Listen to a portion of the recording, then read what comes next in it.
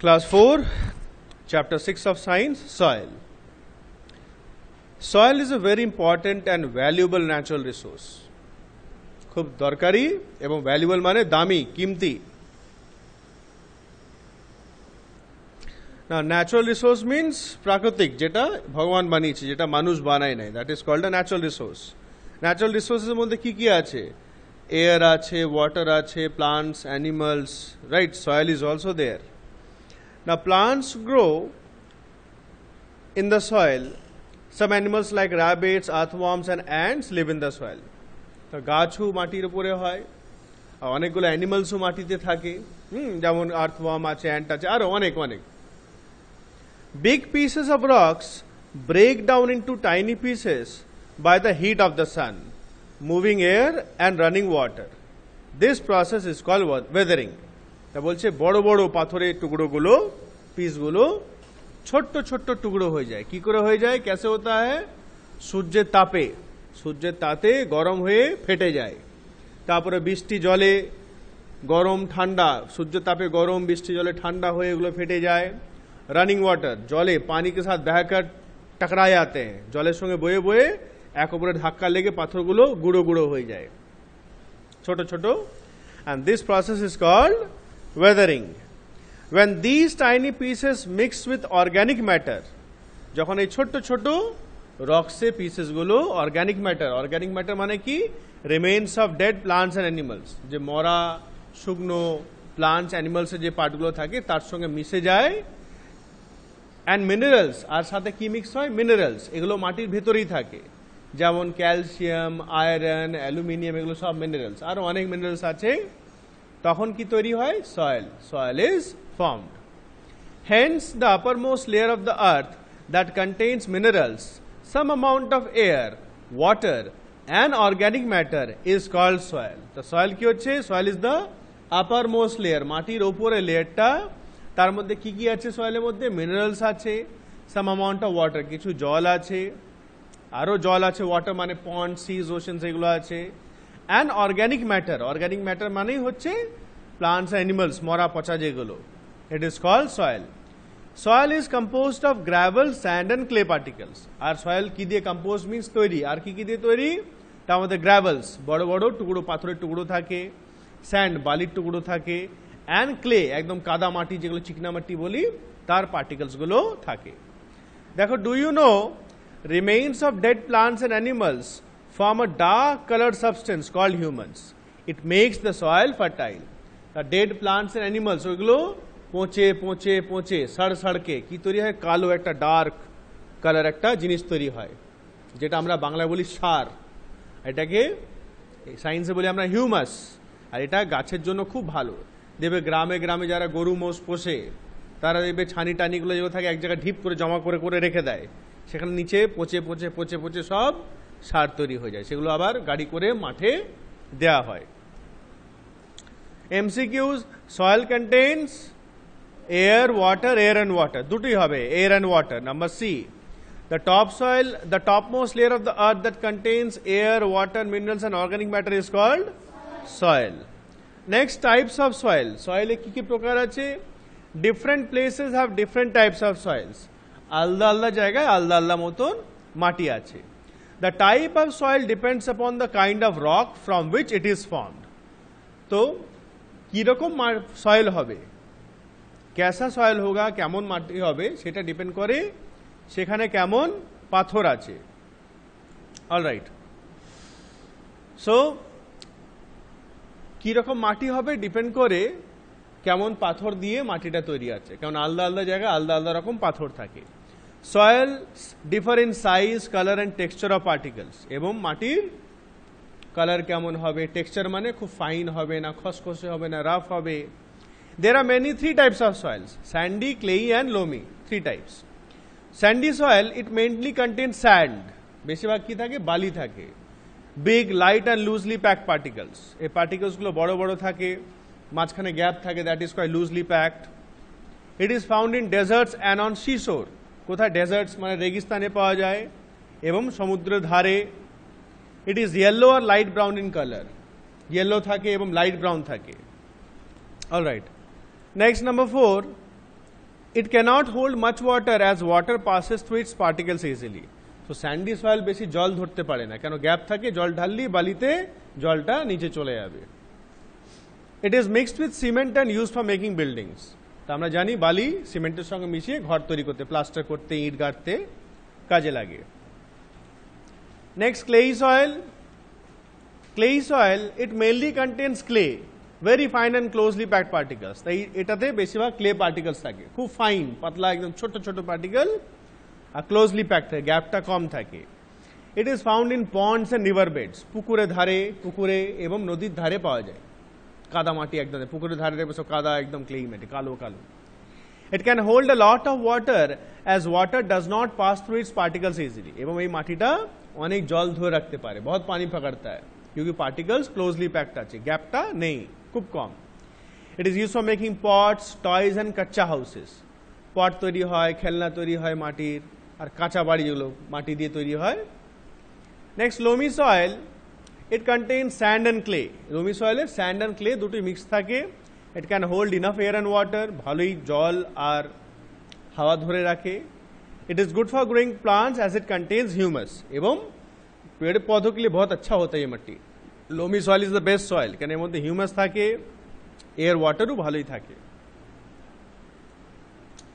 MCQ, which soil is found in ponds and river beds? এখনই পড়লাম clay soil, option B clay. Number 2, which of the following soils is good for growing plants? Loamy soil, option C loamy. Next, soil erosion. What is soil erosion? Soil has many layers. The topmost layer of the soil is called topsoil. The soil অনেক layer আছে, উপরে layer আছে, তার নিচে আছে, তার নিচে আছে, এরকম করে লেয়ার লেয়ার আছে। আর সবচেয়ে উপরে মাটিটা কি বলি আমরা? Top soil. It is the most fertile layer. এইটা সব থেকে ফার্টাইল, ফার্টাইল মানে ভালো মাটিটা, যেটাতে গাছগাছালি ভালো হয়। It is best for farming because it is rich in humus. আর এটা ফার্মিং মানে खेती के लिए बहुत अच्छा होता है, চাষের জন্য, কেন এর মধ্যে প্রচুর হিউমাস থাকে। Sometimes this topsoil is carried away by strong wind and running water. কখনো কখনো অনেক জোর হাওয়া দিলে বা অনেক জোরে যদি বন্যা আসে, যখন বান আসে, তখন এই মাটিটা ধুয়ে চলে যায়। আর হাওয়া দিলে, জোর হাওয়া দিলে উড়ে চলে যায় তার সঙ্গে।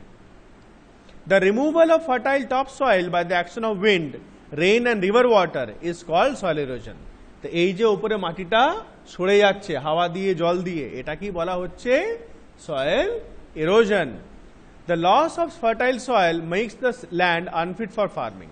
তো এই যে মাটিটা ধুয়ে চলে যাচ্ছে, তাহলে উপরে মাটিটা ধুয়ে চলে গেল, তলায় কি থাকে? বড় বড় পাথর টাথর এগুলো দেখা যায়, আর মাটিতে গাছ ফাছ লাগানো ভালো হয় না। Now causes of soil erosion, क्यों होता है, কেন হয়? Number 1, strong wind, অনেক জোরে হাওয়া দিলে মাটি উড়ে যায়। Number 2, deforestation. Deforestation মানে cutting down of trees in large numbers, যখন অনেক गाछ एक साथ केटे दी, दैट इज कॉल्ड डिफॉरेस्टेशन। है नहीं? क्या बोलते? बहुत सारे पेड़ काटते तो क्या बोलते हैं? नहीं मालूम ना? डिफॉरेस्टेशन की बोली हमरा, एक साथ अनेक गाछ काटले डिफॉरेस्टेशन बोली हमरा। Next, overgrazing. ओवरग्रेजिंग माने হচ্ছে grazing on the same area for a long time. Grazing মানে কি?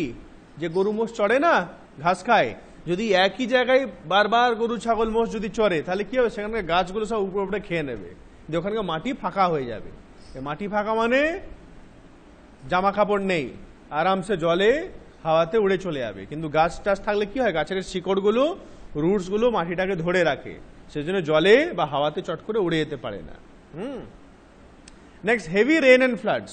অনেক ভারী বৃষ্টি বা ফ্লাড মানে বান বা বন্যা বলি, তখনও সয়েল ইরোশন হয়। Next, conservation of soil. Conservation means কি করে মাটিটা বাঁচাবো, এই যে সয়েল ইরোশনটা হয়ে যাচ্ছে, কি করে বাঁচাতে পারি আমরা। The protection of soil from its erosion is called conservation of soil. তা এই যে উপরে মাটিটা উড়ে চলে যাচ্ছে বা জলে ভেসে চলে যাচ্ছে, এটা প্রোটেকশন কি বলা হচ্ছে? Conservation of soil. We can protect or conserve soil by the following ways. कैसे कैसे? Point number 1, the number of trees planted should be more than the number of trees being cut down. তো যতগুলো গাছ কাটবো তার থেকে বেশি গাছ লাগাবো, নাম্বার 1। নাম্বার 2, দেখো গাছ আমাদেরকে কাটতেই হবে, গাছ থেকে পেপার তৈরি হবে, এই যে দরজা জানলা ফ্রেমগুলো তৈরি হয়, এগুলো তো বানাবে, মানুষ তো ঘর বানাবে, করবে, তাহলে গাছ যখন কাটবে গাছ লাগাতেও হবে। তাই না? দুটো গাছ কাটলে 4টে গাছ লাগাতে হবে, তবে গিয়ে ভালো হবে, কেন ওটা আবার 8-10 বছর 15 বছর বড় হয়ে যাবে গাছগুলো। Number 2, we should grow different types of crops in the same field to maintain the fertility of soil. This is called crop rotation. একই জমিতে আলাদা আলাদা রকম ক্রপসগুলো লাগানো দরকার, একই ক্রপস নয়। যেমন এখন ধান লাগালাম, তারপরে একটু সর্ষে লাগিয়ে দাও, তিল লাগাও, কোনো সময় গম লাগাও, এরকম করে আলাদা আলাদা লাগানো দরকার। আর এটাতে কি হয়, সয়েলে ফার্টিলিটিটা মেনটেন থাকে, মাটিটা খারাপ হয়ে যায় না। কারণ একই রকম গাছ লাগালে কি হবে, ধরো ধানকে ভিটামিন মিনারেলস লাগে, এমনি সাপোজ কথা বলছি, তা বারবার ধান লাগাবো, সব ভিটামিন মিনারেলস তো টেনে নেবে। এবার সব গাছে তো আলাদা আলাদা নিউট্রিয়েন্টস লাগে, ধানে কিছু লাগবে বেশি কম, গমে কিছু অন্যগুলো লাগবে বেশি কম, তাহলে একই রকম জিনিসগুলো শেষ হয়ে যাবে না। এটাকে বলা হচ্ছে crop rotation. Number 3, in open fields trees or grass should be planted to prevent soil erosion because roots of trees hold the soil tightly.